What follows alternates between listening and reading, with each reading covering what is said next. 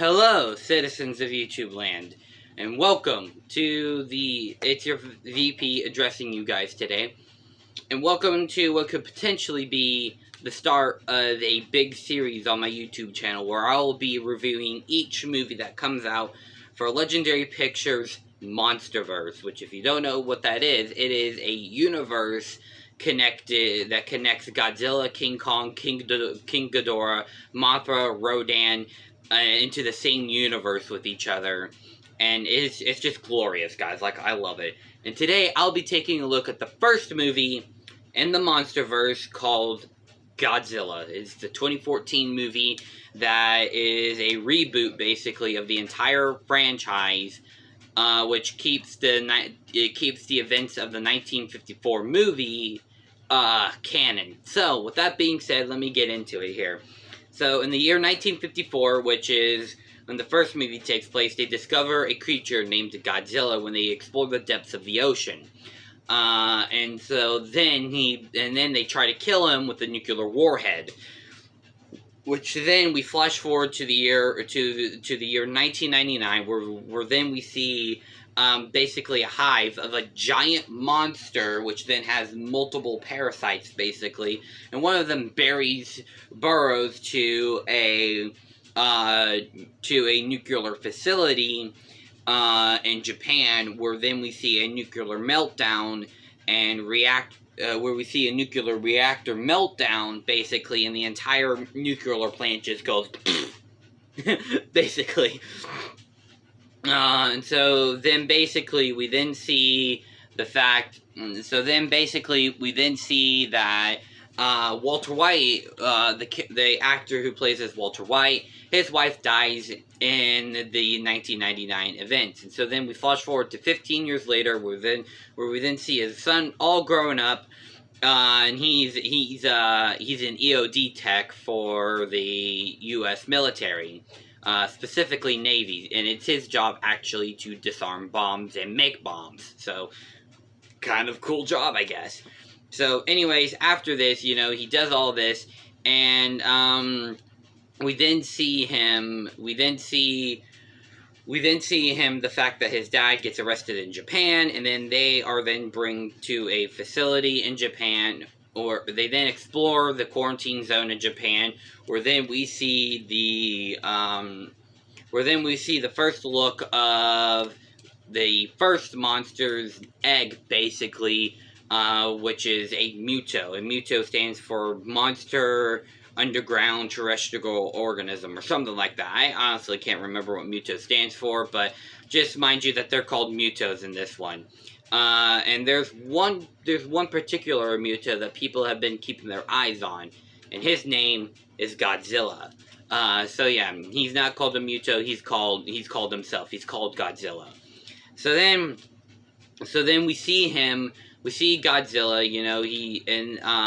she's basically calling out to another Muto in Nevada, but that also attracts the attention of a predator. And this predator being Godzilla. So then we first see her attack in Honolulu, where then we see, mind you, Walter White, the actor who plays as Walter White, his character, he dies. I'll just get that thrown out here.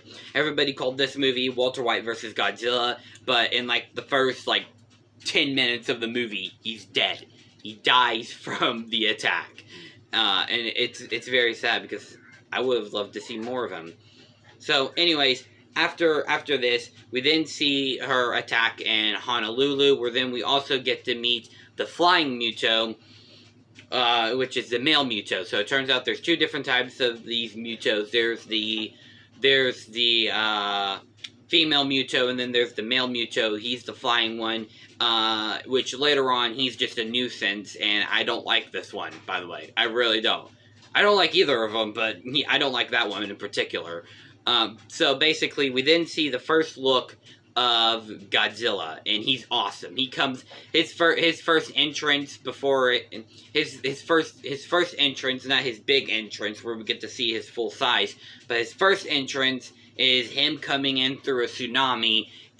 He comes in and he causes a giant tsunami, and Honolulu, where we then see him at the airport facing off against the first Muto. And so then they go to San Francisco, where then they then go to San Francisco, where the two monsters battle it out. They try to destroy both of them with nuclear warheads, but that plan fails.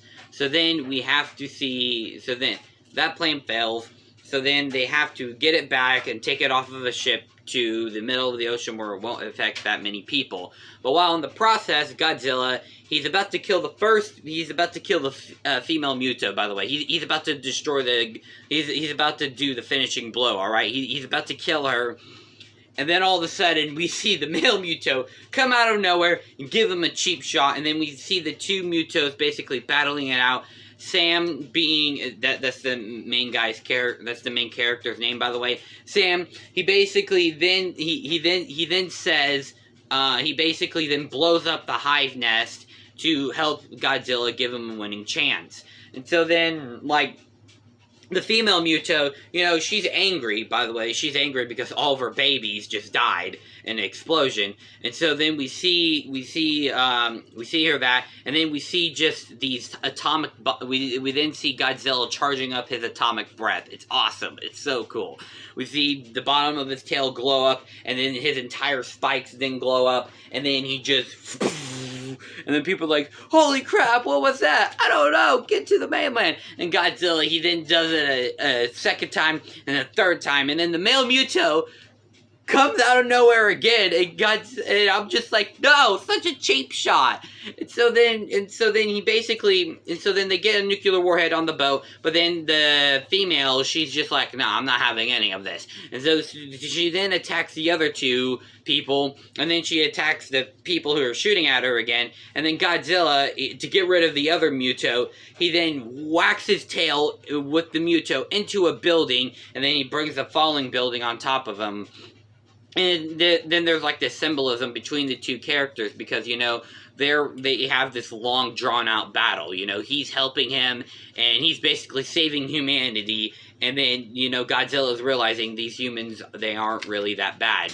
And so then the female Muto, Sam then makes it to the boat, and he's about to go when the female Muto then basically destroys the boat. But then we see Godzilla come out of nowhere, grabs the female Muto, rips open her mouth, and breathes his atomic breath right down her throat. It's such an awesome kill, and I don't think there's a better kill in this franchise of any monster other than this one, other than maybe King Ghidorah's, which I'll get to that one later.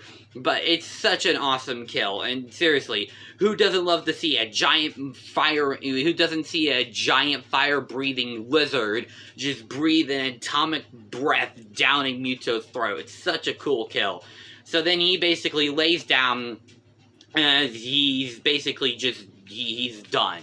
You know, he's tired from this long, drawn-out battle between two Mutos.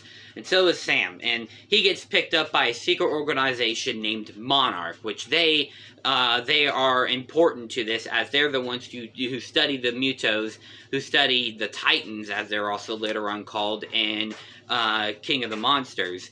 And so he gets picked up by them, and then at the end of the day, Godzilla, he then reigns supreme and goes back into the ocean, where we don't see him again until, well, the events of King of the Monsters.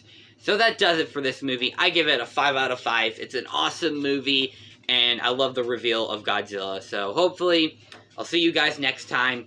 Peace and love from Jason, also known as VP. And don't forget that I'll also be doing Kong Skull Island, so that'll be a lot of fun. See you next time.